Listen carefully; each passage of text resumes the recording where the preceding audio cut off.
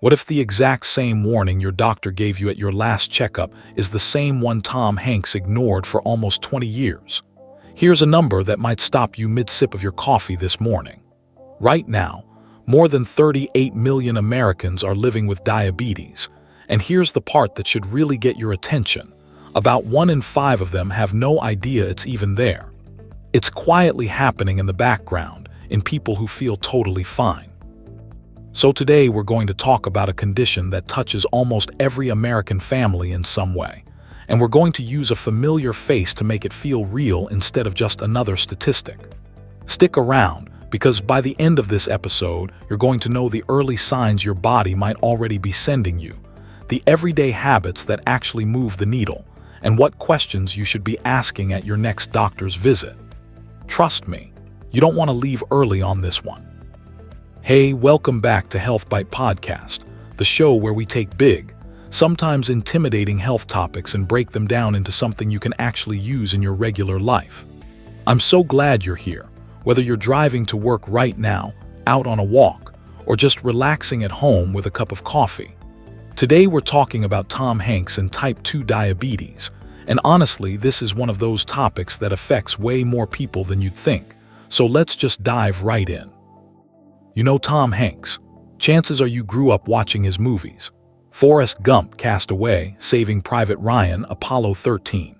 The guy has been a fixture in American life for over 4 decades, and honestly, he's one of those celebrities that just feels trustworthy, right? Like your favorite uncle who also happens to have 2 Oscars. Back in 2013, he went on a late-night talk show and casually mentioned something that a lot of people don't expect from someone who seems so put together. He said he had type 2 diabetes, and what really stuck with people wasn't just the diagnosis, it was how honest he was about it. He basically said he'd been careless about his weight for years, and that this was the result.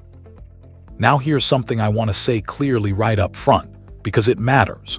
We are not here today to diagnose Tom Hanks, or to speculate about his private medical choices, or turn his life into some kind of cautionary tale for entertainment. What he shared publicly, and we're going to treat that with respect.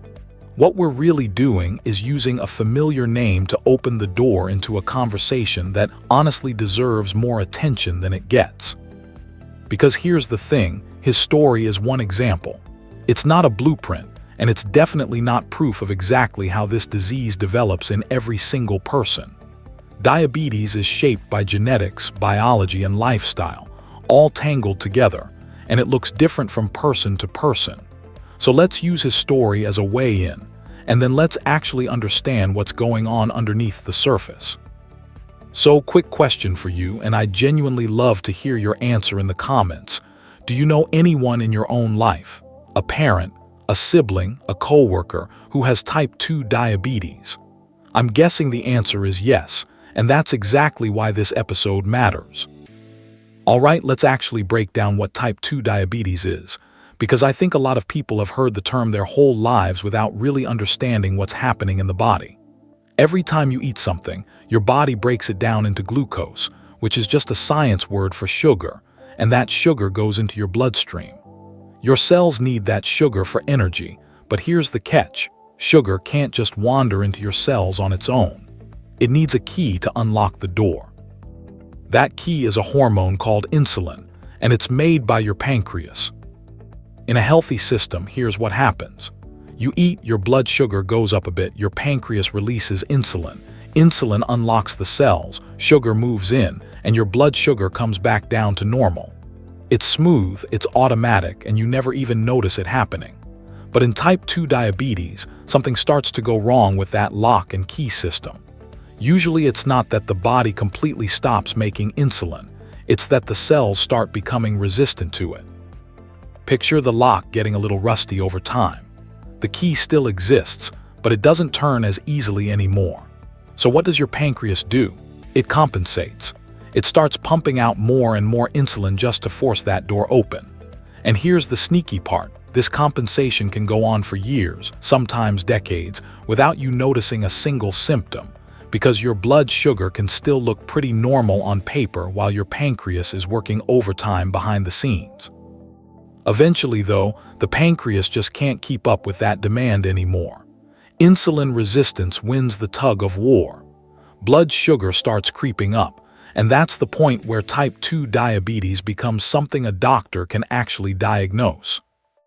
Now, a lot of people mix up type 1 and type 2 diabetes, so let's clear that up quickly. Type 1 is a totally different disease process. It's autoimmune, meaning the immune system mistakenly attacks the cells in the pancreas that make insulin. People with type 1 usually make very little insulin, or none at all, and it often shows up in childhood or young adulthood, though it can happen at any age. It's not caused by diet or lifestyle choices. Type 2, on the other hand, usually builds up gradually, often in adulthood, though we're seeing it more and more in younger people too, and it's shaped by a mix of genetics and lifestyle. In its earlier stages, sometimes it can be improved or even pushed into remission through changes in diet, movement, and weight.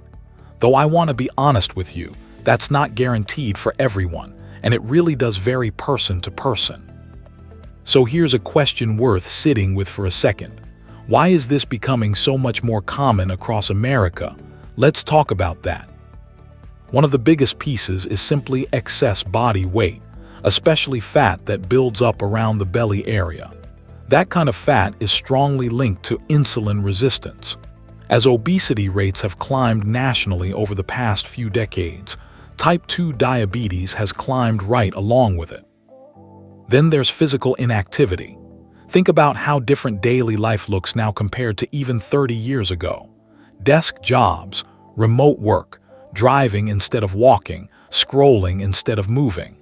Muscles that don't get used regularly become less efficient at pulling sugar out of the bloodstream, and that contributes to insulin resistance over time. Genetics play a real role too. If your mom, dad, or sibling has type 2 diabetes, your own risk goes up noticeably. And certain groups, including African American, Hispanic and Latino, Native American and Asian American communities, carry a higher population level risk, likely from a mix of genetic and social factors working together. Age matters as well, because insulin sensitivity naturally tends to decline as we get older, and America's population, generally speaking, is getting older. Diet patterns have shifted a lot too, toward more processed foods, more refined carbohydrates, more sugary drinks, and all of that can contribute to weight gain and repeated blood sugar spikes over time. And here's one people often forget: sleep. Chronic sleep deprivation has actually been linked to worse insulin sensitivity and stronger cravings for high-calorie food. So that late-night scrolling session might be doing more than just costing you sleep. And finally, stress. Ongoing, chronic stress keeps a hormone called cortisol elevated, and that can raise blood sugar and encourage fat storage, especially around the midsection. Here's the honest truth: none of these factors work completely on their own. Usually it's a combination, a genetic tendency meeting a modern lifestyle that eventually leads to a diagnosis. Okay, let's talk about warning signs, because this is honestly one of the most important parts of this whole episode. Type 2 diabetes can develop so slowly and so quietly that people miss the signs for years, sometimes even decades. So let's go through them together.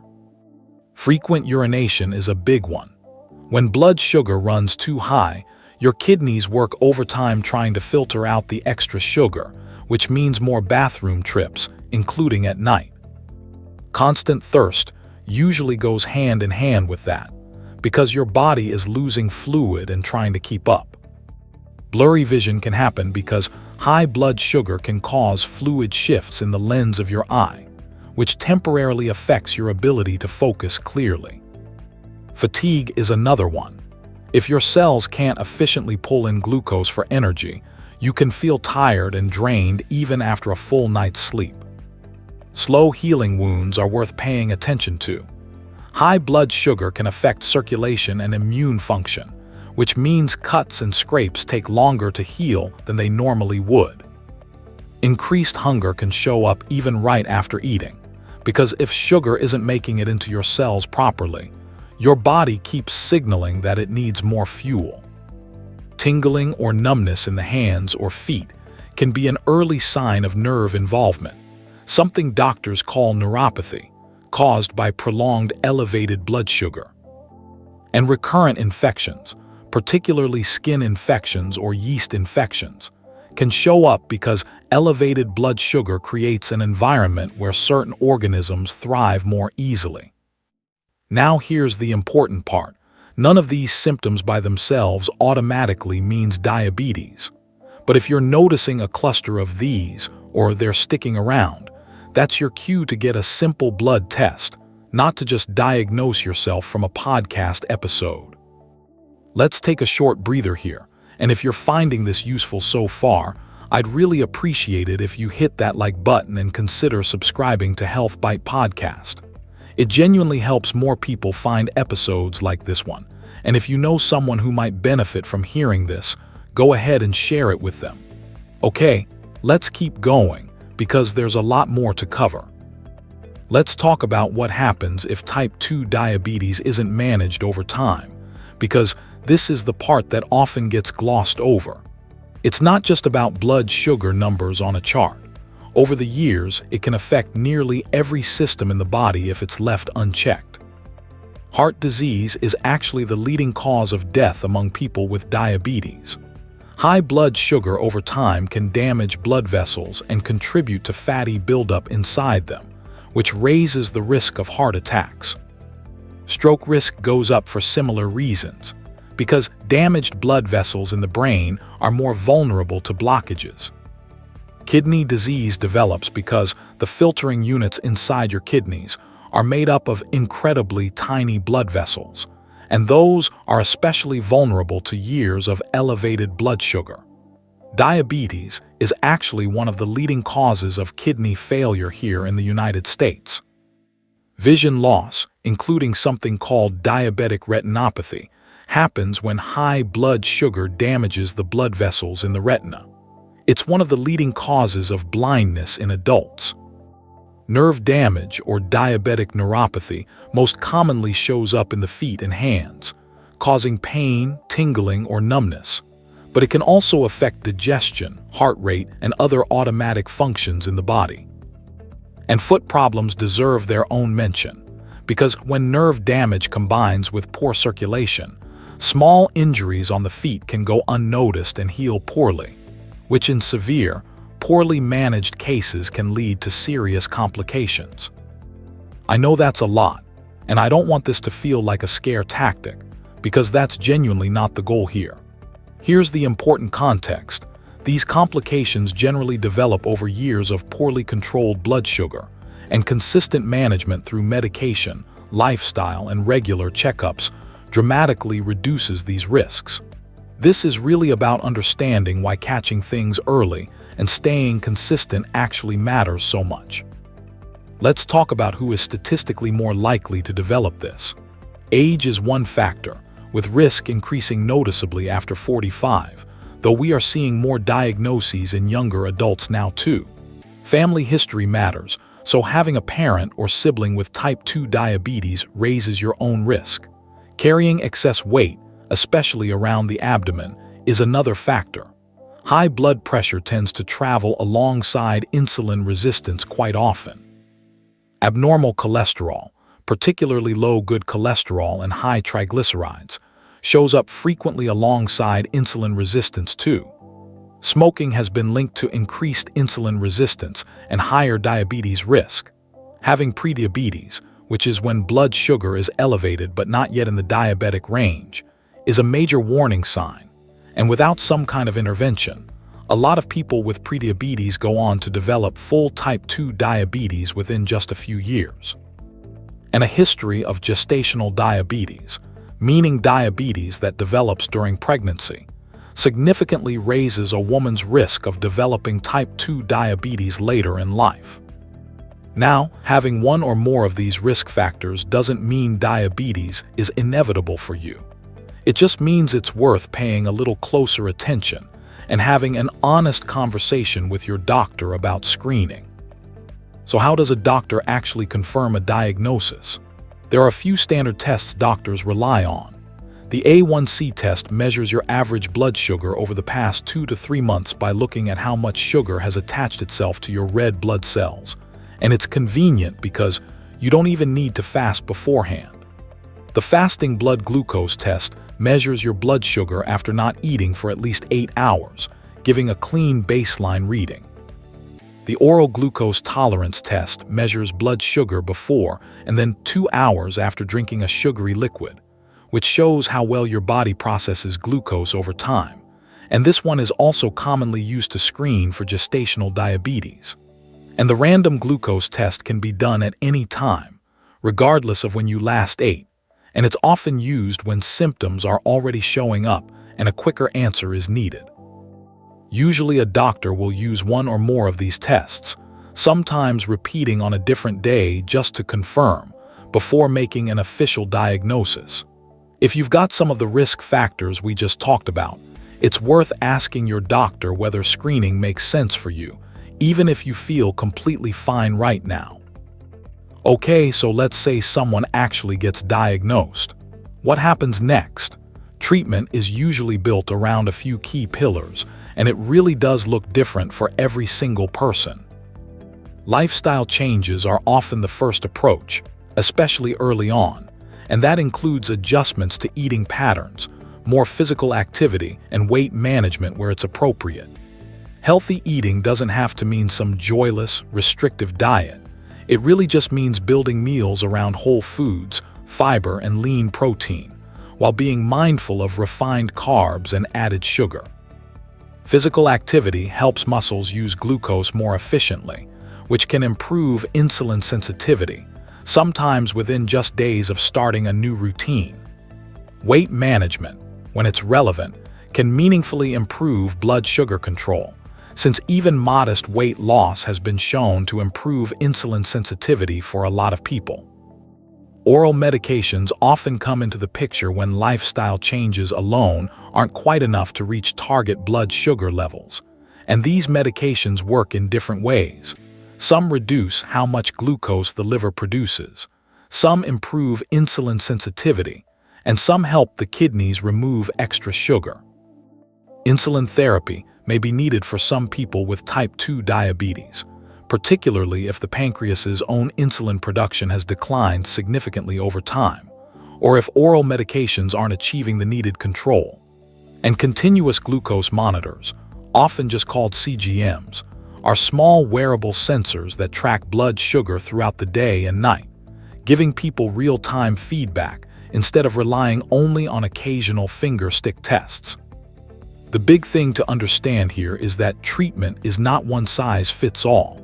What works beautifully for one person might not work the same way for someone else, and it really does take ongoing collaboration with a healthcare provider to find the right combination. Let's talk food, because I know this is what a lot of you have been waiting for. Non-starchy vegetables, think broccoli, spinach, peppers, cauliflower, are high in fiber and low in calories, and they have a pretty gentle effect on blood sugar. Whole grains like oats, quinoa, and brown rice digest more slowly than refined grains, which helps prevent those sharp blood sugar spikes. Beans and legumes are loaded with fiber and protein, which slows down how quickly sugar gets absorbed and helps you feel fuller longer. Lean protein like chicken breast, turkey, or tofu doesn't spike blood sugar and helps keep you satisfied. Fish, especially fatty fish like salmon, provides omega-3 fatty acids, which have been studied quite a bit for heart health benefits, and that's especially relevant given the cardiovascular risks tied to diabetes. Nuts in reasonable portions offer healthy fats and fiber with a pretty minimal effect on blood sugar. Greek yogurt, especially the plain, unsweetened kind, gives you protein and probiotics without the added sugar found in a lot of flavored yogurts. And healthy fats, like olive oil and avocado, can help slow digestion and improve that feeling of fullness. The underlying theme here is that fiber, protein, and healthy fats slow down how quickly sugar hits your bloodstream, which helps you avoid those sharp spikes and crashes that put extra strain on your system over time. Now let's flip it around and talk about what to limit. And I want to be really clear. Nothing here needs to be eliminated forever. Moderation really is the more sustainable path for most people. Sugary drinks, including soda, sweetened coffee drinks, and fruit juices, can cause rapid blood sugar spikes because liquid sugar gets absorbed so quickly. Candy and other concentrated sweets work in a similar way: quick sugar, quick spike. Refined grains like white bread and white rice lack the fiber found in their whole grain versions, so they digest faster and can spike blood sugar more sharply. Ultra-processed foods in general tend to combine refined carbs, added sugar, and less healthy fats in a way that makes them really easy to overeat.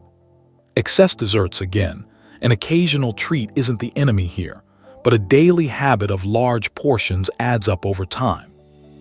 And high-sodium processed foods are worth watching too, not because sodium directly affects blood sugar, but because a lot of people managing diabetes are also managing blood pressure, and those two things often need to be addressed together. The healthiest long-term approach really isn't a rigid list of forbidden foods. It's building a pattern where whole, minimally processed foods make up most of what you eat, with treats fitting in occasionally rather than becoming an everyday habit. Let's talk movement for a minute, because exercise might honestly be one of the most powerful, most underused tools for managing blood sugar. Walking gets underestimated a lot, but a brisk walk, especially after a meal, has actually been shown to help lower blood sugar spikes after eating. Strength training builds muscle mass, and muscle is one of the main places your body stores and uses glucose, so more muscle generally means better blood sugar regulation. Cycling offers a joint-friendly cardio option you can sustain for longer stretches. And swimming is another low-impact option that works both your cardiovascular fitness and your muscle strength at the same time. Most health guidelines recommend at least 150 minutes of moderate intensity activity per week, spread across most days, along with strength training on 2 or more days a week. I know that might sound like a lot when you say it all at once, but broken down, that's really just 20 to 30 minutes a day. And here's something encouraging: the blood sugar benefits of exercise are actually pretty immediate.